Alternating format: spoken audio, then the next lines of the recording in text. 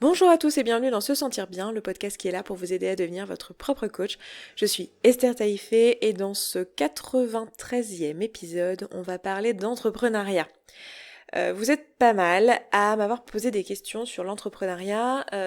Si vous me suivez sur la chaîne YouTube, j'en ai un peu plus parlé là-bas que ici sur ce podcast. Sur ce podcast, je prends souvent des exemples liés à l'entrepreneuriat ou liés au surpoids parce qu'en fait, ce sont les thématiques sur lesquelles je coach et c'est les thématiques que j'ai au quotidien, mais en réalité, tous les outils que je vous propose, évidemment, s'appliquent aussi à la vie privée, à la vie amoureuse, aux relations avec les autres et je prends régulièrement des exemples ayant attrait à autre chose, mais c'est vrai qu'il y a quand même un thème récurrent autour de l'entrepreneuriat, tout simplement parce que c'est un sujet qui me passionne. Je suis moi-même entrepreneur et j'adore mon métier, j'adore créer des entreprises. Il y a un petit peu une blague auprès de mes proches qui est que à chaque fois que je fais un nouveau truc ou que je vois n'importe quoi de nouveau, j'en fais un business parce que je pense que j'ai ça dans le sang. Hein. Je pense que j'ai ça dans le sang. L'entrepreneuriat, c'est un truc, voilà, des petites. Je vendais des trucs sur le marché. J'avais un petit bout de stand de ma mère. Je sais pas si je crois que je vous l'ai déjà raconté dans le podcast, mais quand j'étais petite, ma mère m'a...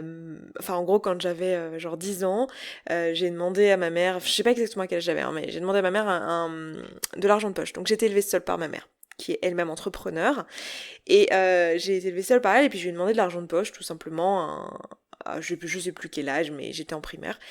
Et je lui ai demandé, je voulais 5 francs. À l'époque, c'était des francs. Je voulais 5 francs, et 5 francs par semaine. Et en fait, elle m'a dit, plutôt que de me donner de l'argent, elle m'a dit je vais t'apprendre à en gagner.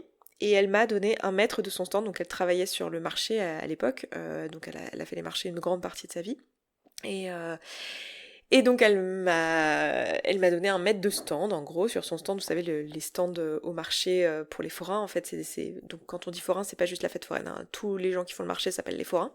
Donc dans ce métier-là, on a des mètres, en fait, la place, elle est distribuée au mètre, et donc ma mère avait généralement 8 mètres, et elle me donnait un mètre pour que je vende des trucs dessus, et sur ce mètre de stand, eh ben, je pouvais soit vendre des choses à moi, soit vendre des choses de sa marchandise, et c'est comme ça que je me faisais de l'argent de poche. Donc déjà à cet âge-là, j'étais à bonne école.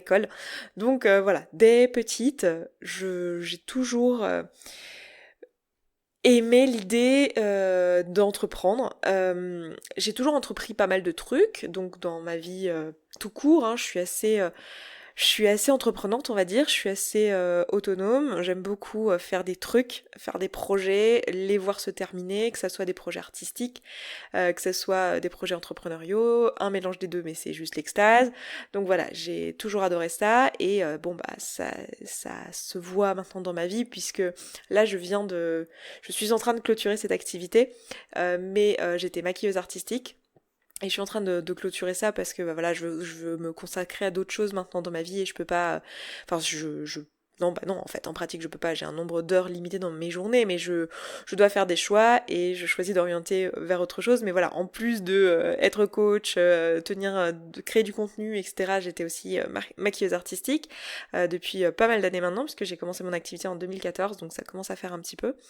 Je pense qu'il y a quand même quelques clients que je garderai. Je dis pas à vie, mais enfin voilà, il y a quand même quelques clients avec qui j'aime beaucoup beaucoup travailler, donc je continuerai à faire des projets avec eux, mais disons que j'ai un peu fait le tour, que maintenant, vu que j'ai une certaine expérience, bah, je fais tout le temps les mêmes choses en fait, on m'appelle toujours pour les mêmes types de projets, ce qui est normal, mais c'est plus quelque chose que j'ai envie de faire, alors peut-être que pour le plaisir, je ferai plutôt des trucs bénévoles, genre des jeux de rôle grandeur nature, ou des choses comme ça, en termes de maquillage et tout, parce que j'adore ça, j'adore me déguiser, j'adore le jeu. Si vous me connaissez dans la vraie vie, vous savez que j'adore jouer. Si vous m'avez vu, même juste un petit peu, voilà, dans le cadre privé, vous avez pu voir que j'adore ça. Donc voilà, c'est quelque chose. Moi, les déguisements, ça m'éclate. Donc c'est quelque chose que je garderai toujours dans le sang. J'adore la création aussi, le dessin. Je suis passionnée de dessin, donc voilà. Bref, je n'étais pas là pour vous parler de mes passions, mais soit, parlons de mes passions. On peut pas ne pas en parler, ceci dit, quand on parle d'entrepreneuriat, parce que ma vision de l'entrepreneuriat, c'est vraiment pour moi un petit peu une façon de créer un métier sur mesure, en fait. Une façon d'amener la rentabilité, c'est-à-dire le fait de pouvoir vous desservir un salaire dans une activité qui vous passionne et que vous adorez. D'ailleurs, je suis très émue parce que le jour où j'enregistre ce podcast, c'est le premier jour où j'ai reçu mon premier salaire de ma propre société. Jusqu'à maintenant, j'avais été donc micro-entrepreneur pendant... Enfin, auto-entrepreneur, parce que moi j'ai commencé l'entrepreneuriat quand ça s'appelait encore auto-entrepreneur en 2014 et je l'ai été jusque début de cette année puisque ma société a été déclarée en janvier et donc jusqu'à maintenant je me suis jamais versé de salaire et là jusqu'au mois de mai de cette année je m'étais pas versé de salaire donc j'ai reçu mon premier salaire ce mois-ci de ma propre société et je dois dire que c'est une sensation d'accomplissement et d'achèvement et de réel bonheur pour le coup et pas de faux plaisir et de faux bonheur mais un réel bonheur et pas un truc immédiat, instantané qui s'en va tout de suite mais un vrai accomplissement à l'idée de me verser un salaire et en plus quel salaire parce que c'est un bon salaire que je me verse enfin ce que moi je considère comme être un bon salaire parce qu'en fait en vrai j'imagine que ça veut rien dire mais c'est le salaire que j'avais envie d'avoir lorsque je cherchais un boulot en tant que salarié en CDI et je voulais ce salaire-là idéalement, je savais que c'était un peu ambitieux pour quelqu'un qui était junior, mais je voulais ce salaire-là parce que pour moi c'est le salaire, le chiffre dans ma tête où je considère avec ce salaire-là, l'argent n'est plus un problème et que je peux sereinement payer mon loyer, m'acheter les choses dont j'ai besoin et envie sans que ça soit un problème. Bon, bien sûr, après, j'ai pas envie de Lamborghini, donc la vie est assez simple. J'ai même pas envie de voiture tout court. Peut-être que je m'achèterai un vélo à un moment. Je retourne vivre à Paris à partir du mois de novembre, donc peut-être que je m'achèterai un vélo. Peut-être même avant, en fait, si je déménage avant. Bref, je suis en train de divaguer. Donc voilà, grande fierté et fierté non, mais quelqu'un parmi vous sur Twitter m'a suggéré d'être fière de moi et j'en ai profité pour faire quelques pensées à propos de la fierté à propos de moi. Donc oui, je suis très fière de moi et surtout très heureuse, une belle sensation d'accomplissement. Et donc pour moi c'est assez symbolique de enregistrer ce podcast aujourd'hui en particulier, en espérant que ça puisse vous inspirer, vous si vous êtes jeune entrepreneur, que vous comptez vous lancer, en espérant que voilà, ça vous apporte quelque chose aussi de voir quelqu'un qui a commencé, qui s'est lancé à partir de rien et qui aujourd'hui en vit très décemment. Voilà, donc j'espère en tout cas que ça fera son job d'inspiration parce que c'est un petit peu mon but avec ce podcast entre autres. Donc, qu'est-ce que je vous disais ? Oui, je vous disais que l'entrepreneuriat, c'est un moyen, en fait, de créer un job sur mesure. Et je trouve que c'est quelque chose de vraiment actuel et vraiment pertinent en ce moment, à notre époque, à l'époque à laquelle on vit, de faire ça dans la mesure où, en fait, les jobs aujourd'hui, il y a pas mal de bullshit jobs en fait, il y a pas mal de jobs qui servent à rien, qui concrètement ne sont pas d'utilité publique, qui ne sont pas ni médecins, infirmiers, éboueurs, caissiers, des métiers vraiment qui servent concrètement et qui sont indispensables, mais beaucoup de métiers qui sont plus là pour nous faire mousser, pour nous donner un nom et nous donner un statut social, et qui en fait sont à mourir d'ennui en fait tout au long de la journée. Ça donne des personnes qui sont en quête de sens, des personnes qui trouvent, et j'en ai fait partie parce que j'ai eu un bullshit job, en fait on passe notre journée à se demander qu'est-ce qu'on fout là. Moi pour ma part je faisais du développement web et en fait je développais des pages web qui concrètement n'avaient pas besoin d'être développées, je perdais mon temps en fait et je me disais mais qu'est-ce que je fous de mes journées à faire ça en fait, sachant que j'ai plein d'idées de projets, j'ai plein de trucs cool à faire dans la vie, pourquoi je fais ça quoi? Pourquoi concrètement mes jours, mes heures de ma journée, ma vie qui est limitée et après laquelle je vais mourir pour toujours, sauf si on croit en la réincarnation, mais c'est pas mon cas. Qu'est-ce que je fous là? Qu'est-ce que je fais là concrètement? Qu'est-ce que je branle à être en train de remplir un tableau Excel, en train de coder des pages dont personne n'a rien à faire, qui ne serviront à rien à part à remplir un schedule? Voilà, bref. Je sais que parmi vous, il y a des personnes qui se reconnaîtront là-dedans. Je sais que, tout simplement parce que statistiquement, il y a énormément de bullshit jobs, donc je sais très bien qu'il y en a parmi vous qui se reconnaîtront là-dedans. Eh bien, l'entrepreneuriat, c'est un moyen, en fait, de sortir de ça. Parce que tous ces jobs, la raison d'existence de tous ces jobs, finalement, on peut se demander pourquoi tous ces jobs existent. Parce que il faut bien gagner sa vie, en fait. On est tous là à avoir besoin d'un travail pour gagner notre vie. Et en créant un boulot qui est sur mesure, on va nous-mêmes, en fait, répondre à des besoins qui ne sont pas encore connu socialement en fait.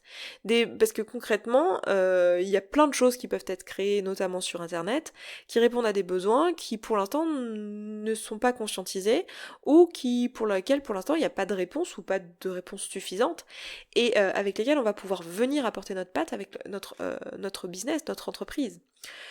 Et le but en tant qu'entrepreneur, ça va être d'apporter, en fait de réfléchir nous en tant qu'individu à qu'est-ce qu'on a à apporter et à qui en fait. Et c'est ça qu'est l'entrepreneuriat finalement. C'est en ça que c'est un métier extraordinaire.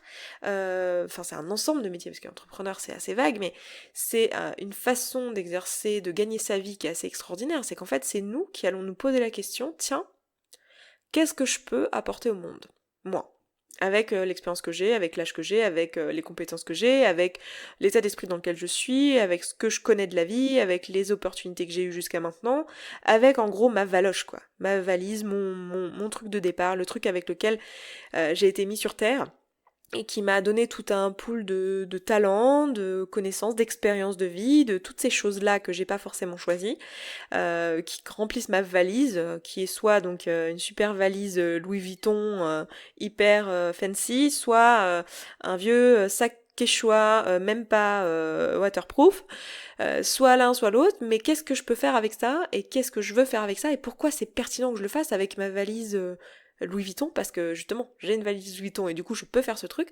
ou avec mon sac Quechua parce que justement j'ai un sac à dos Quechua qui est vachement plus pratique qu'une valise de Louis Vuitton, donc qu'est-ce que je peux faire avec ça. Et donc ça va être ça l'entrepreneuriat, ça va être se demander, tiens, moi, qu'est-ce que je peux apporter au monde. Et évidemment, quand on se pose cette question-là, moi, qu'est-ce que je peux apporter au monde, la première réponse c'est, mais qui je suis pour croire que je peux apporter des choses au monde. Et là vient la question de la légitimité. En général, c'est la première question à laquelle on se heurte lorsqu'on veut se lancer dans l'entrepreneuriat. On a éventuellement des passions, des désirs, des choses, on a identifié des problèmes ou des choses qu'on a envie de faire ou des choses auxquelles on est doué et en tout cas qui nous attirent. Souvent, on n'a pas forcément compris qu'on était doué à ces choses-là, on a juste vu qu'on en avait envie de les faire et en réalité, on est généralement doué à ce qui nous fait envie parce que ce qui nous fait envie, c'est les choses qu'on aime, c'est les choses qu'on pratique et du coup, comme on les pratique beaucoup parce qu'on les aime, on devient très bon. Et ou alors on les aime parce qu'on a un talent à la base qui fait que pour nous c'est facile, du coup on les aime. Donc tout ça fait que de toute façon on est très bon dans ces choses-là. Donc on n'a pas forcément conscience qu'en fait on est bon, mais on a conscience qu'on veut faire un truc parce que ça nous plaît. Et là on se dit mais qui je suis pour croire que je peux faire ça? Qui je suis pour croire que je vais pouvoir apporter des trucs au monde? Et là où c'est génial l'entrepreneuriat, c'est que pour moi c'est réellement, enfin pour moi c'est une aventure en fait qui est une aventure de développement personnel. Parce que quand on devient entrepreneur, en fait, on va se heurter de plein fouet à toutes nos peurs et à toutes nos croyances. Et on va être obligé de se poser les questions de qui on est et qu'est-ce qu'on veut vraiment. Et on va être obligé d'aller tout creuser, toutes nos insécurités, toutes les choses, tous les masques qu'on avait construits socialement et qui étaient là pour nous protéger, pour protéger nos émotions et pour nous maintenir un petit peu dans ce truc d'illusion d'avoir rempli tous nos besoins par l'extérieur. Donc pourquoi la première chose qui nous vient en tête, c'est la légitimité ? Parce que ça va répondre à l'un des premiers besoins sociaux qu'on a. Donc je vous rappelle la pyramide des besoins, on avait déjà parlé des besoins dans un précédent épisode, dans de nombreux épisodes, mais notamment dans un épisode qui était consacré, donc je vous renverrai à cet épisode-là si vous ne l'aviez pas écouté. Mais il y a une pyramide de besoins, enfin on peut voir les besoins comme une pyramide, où le premier c'est les besoins de vitaux en fait, donc eau, nourriture, reproduction, enfin les besoins de base en fait qui maintiennent notre espèce. Ensuite, au-dessus viennent les besoins de sécurité, donc sécurité émotionnelle, sécurité matérielle, donc ça va être avoir un toit, s'inquiéter de si on aura assez d'argent pour demain et toutes ces questions-là. Ensuite, le besoin suivant, c'est l'un des premiers besoins sociaux, donc c'est le besoin d'appartenance. Le besoin d'appartenance à un groupe, le besoin d'être aimé, le besoin de se sentir aimé, le besoin d'aimer aussi l'autre. Ça va être l'un des premiers besoins qui va être touché. Alors, effectivement, le tout premier qu'on va avoir quand on va se demander si on va être entrepreneur, c'est la sécurité financière ici. Mais quand on parle de légitimité, l'un des premiers trucs, c'est la légitimité également. En réalité, on a les peurs ensemble, hein. Ça va être la peur de l'échec, la peur d'être pas légitime. Ces deux peurs-là, ça correspond à donc peur de l'échec, c'est ah mince, si je me plante, qu'est-ce qui va se passer? Je vais être à la rue, je vais dormir sous un pont, et c'est sûr, ça va être la fin de ma vie et je vais mourir. Donc ça, c'est le besoin de sécurité qui n'est pas rempli potentiellement avec ce choix. Et la légitimité, ça va plutôt nous permettre, enfin, ne pas combler, enfin, nous faire savoir que potentiellement le besoin d'être aimé par les autres et d'appartenir à un groupe ne sera peut-être plus rempli. Le besoin suivant dans la pyramide des besoins, c'est pas juste être accepté par un groupe, mais c'est en plus avoir une place et être estimé au sein de ce groupe. Donc ça, c'est le besoin suivant, et là aussi la légitimité va en faire partie. Donc ça va être souvent qui je suis pour, mais aussi qu'est-ce qui va se passer si on reconnaît pas ma valeur, ou si les gens me détestent, ou si mes parents pensent que je suis une sous-merde parce que je suis entrepreneur alors que j'ai un diplôme de médecine, voilà, et que moi j'ai décidé que j'allais faire de la guitare, youhou. Mes parents sont en train de se dire mais mon Dieu, mais socialement c'est juste la débandade. Voilà, donc ça va être le besoin d'estime. Et enfin, tout en haut de la pyramide, il y a le besoin d'épanouissement de soi, le besoin de croissance, c'est le besoin qui correspond au développement personnel. Et en fait, c'est parce qu'on a besoin de remplir ce besoin-là, si vous voulez, la théorie dit que, en fait, les besoins, on les remplit les uns à la suite des autres dans cet ordre-là. C'est-à-dire que la question de l'épanouissement de soi ne se pose pas tellement tant que tous les autres besoins ne sont pas comblés. Ce qui, en réalité, n'est pas tout à fait le cas dans la pratique, mais ça nous donne quand même une ligne directrice de dans quel ordre les besoins se présentent à nous. Et vous pouvez le constater même dans votre vie, qu'en réalité, c'est sûr que quand vous avez déjà pas la sécurité financière, si vous voulez, allez vous poser la question de est-ce que votre boulot aura du sens, c'est peut-être pas la première question que vous vous posez. Vous dites surtout, je veux un boulot là, il me faut un boulot, peu importe, je m'en fous, enfin, il me faut un boulot alimentaire, mais il me faut un boulot. Et que tous ces besoins-là en fait se présentent dans l'ordre, c'est-à-dire que si on est en train de se demander tiens mais je suis pas sûre d'avoir du sens dans ma vie, il y a de bonnes chances qu'en fait on ait un boulot, qu'on soit accepté dans un groupe, qu'on ait des amis, etc., qu'on ait une certaine reconnaissance sociale autour de nous, que les gens estiment qui on est, peut-être même qu'on est en couple, peut-être même que voilà on a une vie plutôt agréable, qu'on a un boulot, un CDI et tout ça, que tout va bien, mais là on est en train de se dire ah mais en fait je manque peut-être de sens dans ma vie.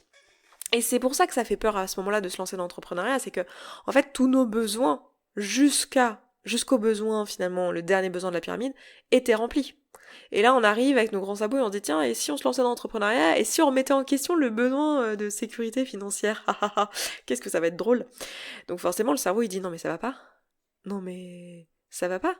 Là il y a les émotions désagréables qui sont là pour se réveiller, hein, qui nous donnent le signal. Eh oh, oh, si tu fais ça, il risquerait d'y avoir un besoin de base, les gars, là, qui soit pas rempli. Donc c'est un vrai problème. Donc faudrait peut-être éviter. Et du coup, la peur devient très très forte. Donc dans l'ordre, on va avoir en premier, je vous disais tout à l'heure, le besoin de légitimité, enfin la peur de manquer de légitimité. En fait, en réalité, c'est peut-être pas le tout premier. Le tout premier, si on en croit le modèle de la pyramide des besoins, ça va être la sécurité, se dire oh mon Dieu, comment je vais faire pour payer mon loyer si je me lance dans l'entrepreneuriat. En réalité, tout ça, comme la pyramide est quand même, c'est un modèle assez simpliste. En réalité, tout ça se retrouve sur la table à peu près en même temps. Mais on va avoir le besoin de la sensation d'être illégitime et la peur de l'échec qui vont arriver à peu près simultanément. Logiquement, ça devrait être plutôt peur de l'échec avant peur de pas être légitime, mais en réalité, bon, dans l'expérience pratique, on a les deux en même temps. Et on peut même avoir la peur de la réussite. La peur de la réussite en général vient un peu plus après, mais elle va plutôt s'attaquer à ce besoin d'être estimée par les autres. Se dire ouais mais si je réussis, qu'est-ce qui va se passer? Est-ce que moi je vais changer? Est-ce que je vais changer de cercle d'amis? Et si je gagne de l'argent, mon Dieu, mais qu'est-ce que les gens vont penser autour de moi? Et puis si finalement j'y arrive, ça veut dire quoi? Ça veut dire que pendant toutes ces années là où j'ai galéré, en fait j'aurais pu y arriver plus vite, mais non, j'ai pas envie de me rendre à cette évidence. Voilà, il y a toutes ces choses là qui vont arriver sur la table. Et en fait, ce qui est intéressant, c'est que en se rendant compte de ça, en se rendant compte qu'en se lançant dans l'entrepreneuriat, on va faire face à toutes ces problématiques-là, en fait, on se rend compte que finalement, l'entrepreneuriat, c'est juste l'école de la vie, en fait. C'est juste l'école de j'apprends à devenir qui je suis, et je suis obligée de me poser les vraies questions. Et je me mets dans le bain de qui je suis, quelles sont mes vraies insécurités. Parce que jusqu'à maintenant, si j'avais une vie bien pépère, rangée, où je faisais tout ce qu'il fallait socialement pour être acceptée de tout le monde, et que je faisais le truc qu'on m'avait promis comme étant la chose la plus logique à faire et la plus safe socialement, évidemment que toutes mes insécurités, elles sont un petit peu enfouies. C'est-à-dire que je peux facilement me rassurer en me disant non mais t'en fais pas, t'es en CDI, ou t'en fais pas, dans ce boulot-là t'es en train d'avoir une belle expérience, tu vas pouvoir trouver un boulot ensuite, ou ah mais t'en fais pas, c'est bien vu, tes parents ils vont être fiers de toi, ou oui mais tu te poses toutes tes questions, mais regarde tous les autres qui sont ici dans cette boîte, eux aussi ils sont dans le même bain que toi, ils se posent pas toutes ces questions, en réalité si, mais ils vous le disent pas, ils se posent pas toutes ces questions, ils vont très très bien aussi, et nanana et nanana, tous ces trucs qui nous font nous conforter qu'on a nos besoins d'amour, d'appartenance à un groupe, de sécurité financière, émotionnelle, etc. qui sont comblés.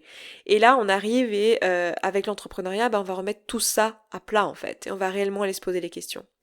Et finalement, quand on me demande qu'est-ce qu'il faut pour être entrepreneur, en fait, la réponse c'est toujours la même en fait. C'est il faut être droit dans ses bottes en fait. Il faut prendre le temps de faire son développement personnel. Pour moi, je pense que pour être entrepreneur, faut se faire coacher, juste pour faire ce travail-là en fait. Apprendre à être qui on est vraiment, se poser les questions et faire les choix pour les bonnes raisons, se demander voilà, quelles sont mes valeurs, qu'est-ce que je veux apporter à ce monde, dans quelle direction je veux vraiment aller, et pas faire des choix qui sont motivés par la pression sociale, qui sont motivés par la pression financière et la peur de la non-sécurité, et faire des choix qui sont vraiment alignés avec l'entreprise qu'on veut créer. Et pour ça, il faut vraiment se poser la question, mais qu'est-ce que je veux apporter en fait ? Qu'est-ce que je veux faire avec mon entreprise ? Pourquoi je suis la bonne personne pour faire ça ? Dans quelle direction je veux aller ? Qu'est-ce que manque ce monde cruellement selon moi ? Et donc, en quoi, avec mon entreprise, à mon échelle, je vais apporter ma petite pierre à l'édifice ? De quelle manière je vais le faire ? Et du coup, à qui je vais m'adresser ? Parce qu'à qui j'ai besoin de transmettre mes valeurs, mon message, mon produit, mon service ? À qui je dois le donner ? Et du coup, à quel prix il doit être ? Et c'est intéressant parce que même dans la question du prix, par exemple, du produit, ou de la nature du produit, il va y avoir tout un tas d'insécurité. Je compte pas le nombre de personnes avec qui je travaille. Là, en ce moment, je travaille dans un groupe de coaching qui s'appelle YouMind, que je vous avais présenté et qui nous a permis d'ailleurs de financer Woman Up, donc c'est génial. Et c'est une expérience extraordinaire, mais en fait, toutes les questions qui sont en train de se poser, et je vous fais un petit coucou les filles si vous écoutez, enfin les filles et le garçon, qui est tout seul au milieu de ce groupe de filles, où je dis tout le temps les filles, mais bon, il s'est habitué. Si vous écoutez ça, je vous fais un petit coucou, et bravo à vous. Mais les questions qui se posent, en fait, genre quand on se pose la question de quel est le prix du produit, en fait, on se rend compte que c'est tout de suite une question d'estime de soi, en fait. C'est que la raison qui fait qu'on baisse le prix de notre produit, c'est pas la vraie valeur du produit, c'est plutôt qu'on se sent pas de demander autant. Autant étant n'importe quel prix d'ailleurs, parce que comme c'est une question d'estime, ça peut être 17 euros, comme 100 euros, comme 3000 euros, comme 10 000 euros en fait, le produit. Et on se posera la même question. Ah mais qui je suis pour ? Est-ce que c'est pas trop cher ? Et puis on va justifier avec des raisons extérieures, genre oui mais les clients, les gens, je veux que ce soit accessible à tout le monde, parce qu'on se prend pour un sauveur, donc je veux que mon produit soit accessible à tout le monde, ça aussi c'est l'ego. Ça c'est cette volonté d'être un sauveur et de vouloir proposer tout à tout le monde et que ça soit accessible à tout le monde. C'est l'ego qui fait ça, c'est l'ego qui essaye de nous protéger. On a fait tout un épisode aussi sur l'ego, je vous renverrai à cet épisode si vous l'avez pas écouté. C'est l'ego qui essaye de nous protéger. Le but de l'ego, c'est de protéger nos besoins qui sont déjà bien remplis. Donc, il va nous dire surtout, ne fais pas un truc qui ferait que tu pourrais ne pas être accepté par le groupe. Ne fais pas un truc qui pourrait être critiquable socialement. Fais quelque chose qui te garde bien. Et être un sauveur, c'est un truc cool. Voilà. Donc dans l'ego, vous le savez, il y a le sauveur, il y a la victime ou le bourreau. C'est un peu les trois rôles dans lesquels on oscille en général. Généralement, on oscille entre deux rôles, soit bourreau, sauveur, soit sauveur victime, soit victime bourreau. Enfin voilà, on oscille entre deux rôles. Et donc très souvent, il y a cette question-là. Donc c'est génial de se rendre compte de ça et de se dire que tiens, dans l'entrepreneuriat finalement, ce qui fait que vous allez réussir ou non en tant qu'entrepreneur, c'est votre capacité à faire votre développement personnel.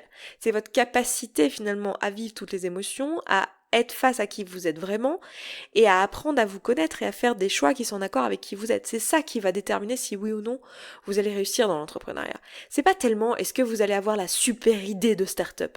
C'est pas tellement est-ce que vous allez faire le meilleur produit ou faire le buzz ou prendre toutes les parts de marché. C'est pas tellement ça en fait. C'est plutôt vous et votre capacité à grandir. Parce que même si vous faites un choix vraiment merdique d'un point de vue marketing, ou que vous faites un choix de produit qui est pas du tout le bon à un moment donné, bah en fait ça n'aura pas d'importance si vous êtes capable de vous en rendre compte, de vous remettre en question, de pas le prendre personnellement, de faire votre travail sur vous, de vous demander tiens qu'est-ce qui a pas marché, de remettre en question vos méthodes, d'apprendre à aller à l'étape suivante, de vous former sur le chemin. Si vous êtes capable de faire tout ça, eh bien vous aurez réussi. C'est ça en fait qui va vous permettre de réussir dans le développement personnel, dans votre entreprise en fait. C'est votre capacité à vous développer personnellement.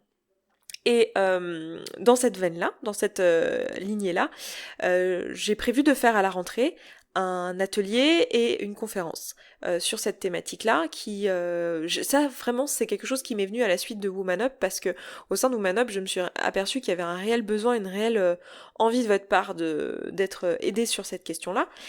Moi la façon dont j'aborde l'entrepreneuriat, vous l'avez vu, c'est d'un point de vue très développement personnel. Pour moi l'entrepreneuriat c'est jamais plus que du développement personnel. Et donc à la rentrée, je vais faire une conférence qui aura lieu donc le 6 septembre à Paris et un atelier qui aura lieu le 7 septembre à Paris toute la journée. La conférence dure 1h30, l'atelier dure une journée. Et l'objectif de la conférence, ça va être de vous aider à débroussailler ce terrain-là. Si actuellement vous êtes complètement paumé, vous ne savez pas du tout si vous voulez effectivement être entrepreneur, et si oui, dans quel domaine, ou alors vous avez une idée mais vous savez pas trop comment c'est faisable, est-ce que ça va être rentable, etc. Et que vous voulez savoir si c'est vraiment ce qui est fait pour vous, si vous voulez savoir si réellement vous êtes capable d'apporter quelque chose, quelle est la direction dans laquelle vous voulez aller, quel est le message, la mission que vous voulez vous donner derrière ça, qu'est-ce que vous allez pouvoir apporter et à qui. Si vraiment vous êtes au cœur de ces questions-là et que vous êtes dans cette phase de je me sens pas légitime, j'ai peur de me lancer, j'ai peur d'être dans l'insécurité financière, etc. et que du coup vous êtes en plein questionnement, venir à cette conférence ce sera parfait pour vous. Donc je vous recommande vraiment de venir si vous pouvez, c'est un vendredi soir à Paris. Les places sont vraiment pas chères volontairement pour que vous puissiez profiter de cet événement, surtout si vous êtes dans une phase un peu de flou, vous savez pas trop dans quelle direction aller. Et si vous savez que vous voulez vous réorienter dans l'entrepreneuriat, que vous savez que vous voulez devenir entrepreneur, ou que vous êtes en train de vous lancer, ou que vous êtes juste déjà lancé, mais que vous avez besoin de clarifier toutes ces questions-là, pas juste à l'aide d'une conférence passive, mais réellement en faisant les exercices, en vous penchant sur la question, en ayant un feedback de ma part en tant que coach avec vous, en vous faisant coacher toute une journée sur la question, avec d'autres personnes qui sont dans la même direction que vous, qui vont dans le même sens, qui eux aussi ont envie de trouver un boulot qui est en accord avec leurs valeurs, dans lequel ils vont vraiment apporter de la valeur à ce monde et qui vont bosser là-dessus avec vous, eh bien je vous encourage très très fortement à venir à l'atelier qui aura lieu du coup le lendemain.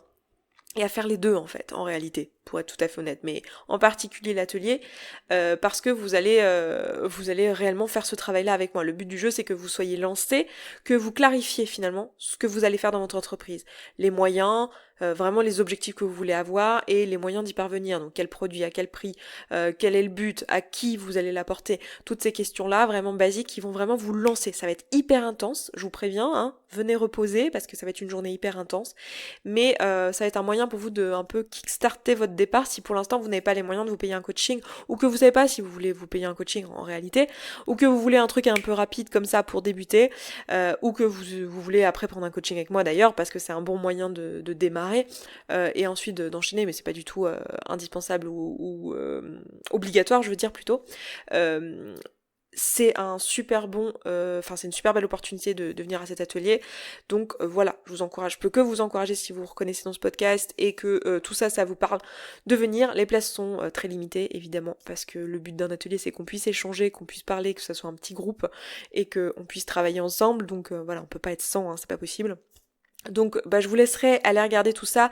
Je vous ai mis en lien de ce podcast les liens pour vous inscrire à la conférence ou à l'atelier. Ça se trouve sur se-sentir-bien.coach. Sur se-sentir-bien.coach vous avez des onglets et vous avez notamment un onglet avec les événements et les ateliers. Ou alors si vous voulez y accéder directement, c'est sur programme avec un s.se-sentir-bien.coach. Je sais pas si un jour cette URL changera, donc je vous recommande d'aller toujours sur se-sentir-bien.coach parce que là-bas vous aurez toujours tout puisque cette cette URL-là ne changera jamais. Donc se sentir bien.coach et dans les onglets, vous avez le lien direct pour aller vous inscrire. Je vous laisserai regarder ça, je vous mettrai les liens spécifiques pour l'atelier et pour la conférence en description. Donc je répète pour qui ça s'adresse, si vous savez pas du tout, si vous êtes dans le flou ou si vous êtes au tout début, la conférence c'est parfait pour vous et probablement suffisant. Si par contre vous savez que vous voulez vous lancer ou vous venez de vous lancer, vous êtes sur le point de le faire, eh bien je vous recommande fortement d'aller en plus à l'atelier parce que ça va aller beaucoup plus loin et surtout ça va aller dans les aspects pratiques et personnalisés. Ça va être vraiment un coaching intensif en groupe. Donc voilà, ça dépend de vos objectifs, mais si vous êtes paumé pour l'instant et que vous n'êtes pas sûr d'être entrepreneur, la conférence c'est un super bon moyen pour vous de débroussailler un peu le terrain et de voir ce que vous pouvez apporter, sachant qu'on va quand même parler d'entrepreneuriat, l'objectif ce sera pas de vous aider à vous orienter dans autre chose que l'entrepreneuriat, mais si vous hésitez, je pense que vous aurez pas mal de clarté à la fin de cette conférence. Donc voilà pour le podcast d'aujourd'hui, je m'arrête là. Je pense que c'est un sujet dont je reparlerai très probablement à différentes reprises en fonction de vos questions, en fonction de ce qui remonte aussi probablement lors de la conférence et de l'atelier au mois de septembre. Donc voilà, attendez-vous à avoir des podcasts là-dessus. Si vous êtes intéressé par les thématiques, je pense que ça vous plaira. Et puis écoutez, moi je m'arrête là, je vous embrasse, je vous souhaite un excellent week-end et je vous dis à vendredi prochain. Ciao ciao. Merci beaucoup d'avoir écouté ce podcast jusqu'au bout, je suis vraiment contente qu'il vous ait plu. Si vous avez envie d'aller plus loin, d'appliquer tous les outils et que vous voyez que dans votre vie vous le faites pas en pratique et que vous auriez bien besoin d'un petit peu de soutien, eh bien sachez que vous pouvez rejoindre la communauté. La communauté c'est l'ensemble des auditrices et auditeurs de ce podcast qui appliquent tous ces outils et qui s'entraident. Et moi dans cette communauté, je vous partage tous les jours un petit podcast de 5, 10, 15, 20 minutes maximum qui vous aide en fait en levant tous les doutes et toutes les difficultés que vous rencontrez au fur et à mesure et qui répond aussi à vos questions. Si vous avez envie de nous rejoindre, eh bien c'est sous forme d'abonnement. Je vous laisse aller voir ça se trouve sur sesentirbien.coach/communauté. Vous avez le lien dans la description de ce podcast. Je vous dis à tout de suite là-bas.